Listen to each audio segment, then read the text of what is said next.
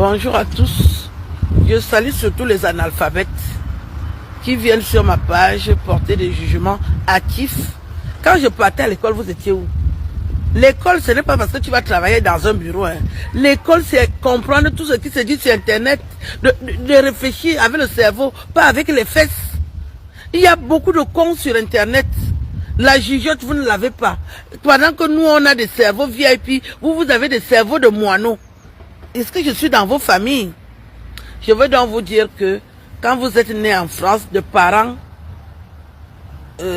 africains, bref, quand vous n'êtes pas français, quand les parents ne sont pas français, vous devez faire des démarches à vos 18 ans pour avoir la nationalité française. De mon époque. Donc je parle de la France. Je vous répète encore ça aux analphabètes qui viennent toujours sur ma page. Que je suis parti de la France à 5 ans avec mes parents qui avaient fini leurs études. Mon père un matin, il en a marre des contraventions comme il aimait la vitesse. Il dit que je rentre au Cameroun parce que là-bas, je serai quelqu'un, on ne va pas m'embêter. Vous savez que c'est les hommes qui commandent au Cameroun. C'est comme ça que mon père, moi je suis à la crèche et ma mère est à l'hôpital là où elle travaillait. Il a déjà acheté les billets d'avion, il ne nous dit pas. Je vois seulement on vient me chercher à la crèche. Je crois qu'on va me ramener l'après-midi. Je suis déjà dans l'avion à 17h et coum. Est-ce qu'à 5 ans, tu as la parole? Je suis monté aussi avec mes parents. J'étais contente de voyager alors que c'était égogo pour le Cameroun. Je ne regrette pas. Je suis une Camerounaise fière. Je suis Camerounaise, française parce que je suis née en France et je voulais être une Française accomplie. Pourquoi les gens ont les papiers français et moi qui suis née en France et je ne les ai pas? C'est comme ça que je reviens en France. J'ai raté de venir en France à mes 18 ans parce que les parents ne pouvaient pas aussi sacrifier l'argent pour acheter le billet d'avion. Nous étions 6 quand même. C'est beaucoup d'enfants. Au lieu de m'acheter un billet d'avion pour que je vienne. Parce que si je venais si tôt, j'allais être très dangereuse. J'allais apprendre d'abord le judo, le karaté pour taper les hommes. Donc mes parents ont bien fait. Parce que ce que je suis là, c'est la femme africaine. Si j'avais ajouté la femme qui vit en Europe, c'est que vous allez me sentir au nez. À 18 ans, je couillais carrément avec l'enfant d'un colonel au Cameroun. Est-ce que j'avais le temps? On passait dans les boîtes de nuit. On était dans les boîtes de nuit, les soirées. Le gars m'amenait partout. L'enfant de ce colonel au Cameroun, j'ai dit, hein, t'es noyau. T'es noyau. Tu vois, à 18 ans, c'est toi. Je suis resté au Cameroun. Je serais déjà en Mbeng depuis. Donc, après mes 18 ans, j'ai continué la vie. Quand j'ai fini avec l'enfant du colonel, j'ai pris l'enfant d'un général. Parce que j'avais fréquenté à l'école des enfants de l'armée de terre, hein, au camp Genin.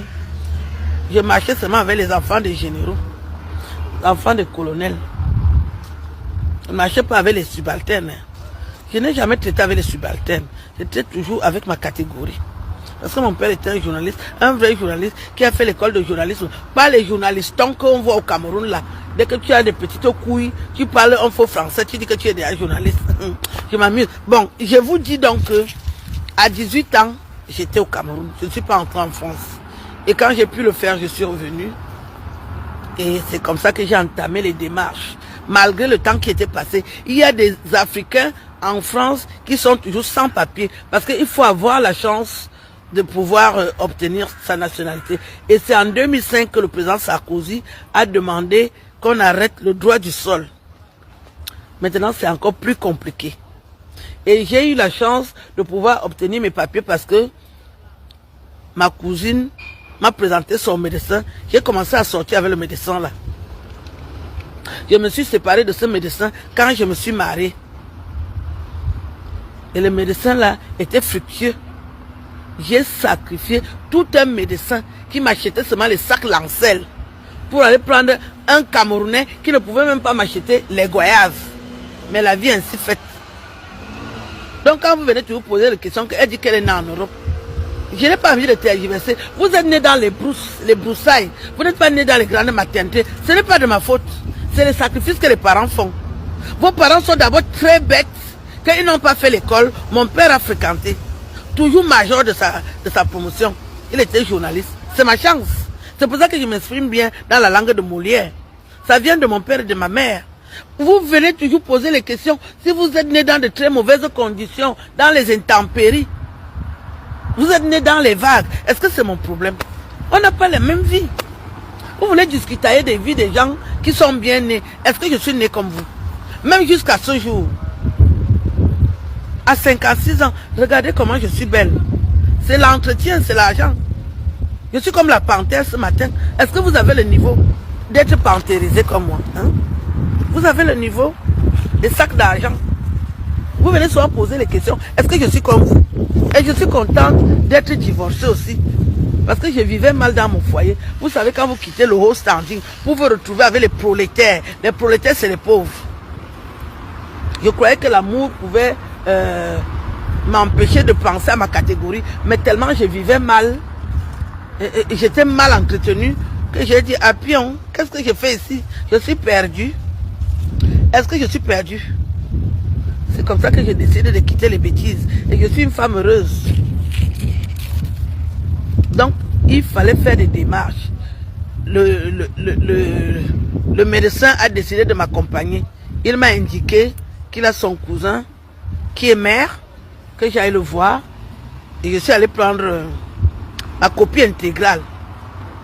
Parce que je connaissais exactement mon nom, le nom de la sage-femme qui m'a fait naître. J'avais déjà bûché ça. Donc quand je suis arrivé à la mairie, vous êtes né où? J'ai commencé à dire, qui est votre père, qui est votre mère? Parce que pourquoi vous faites l'acte de naissance? Il faut dire qui vous êtes, vous écrivez, ou si vous avez la chance, il y a une secrétaire d'administration qui vous reçoit. Et je lui ai dit intégralement ça. Plus de 30 ans plus tard, ma copie est sortie devant moi. Quelle émotion! Si tu n'es pas brave, est-ce que tu peux le faire? Donc quand je vois quelqu'un qui veut m'abuser, je me rebelle parce que les hommes aiment abuser les femmes. Si tu m'abuses, une fois je te laisse, je t'ai déjà repéré, quand je vais te faire ça sans condiment, tu ne vas pas comprendre. Si ce n'est pas Balthazar qui t'explique, tu ne comprendras jamais. Moi je ne suis pas dans le truc que les hommes font aux femmes. J'ai fini avec ça. Je regarde la petite gentillesse, quand un homme me fait bien l'amour, je souris, je ris avec lui. Mais je le surveille, hein. Essaie d'abuser mes sentiments, je te confirme le code.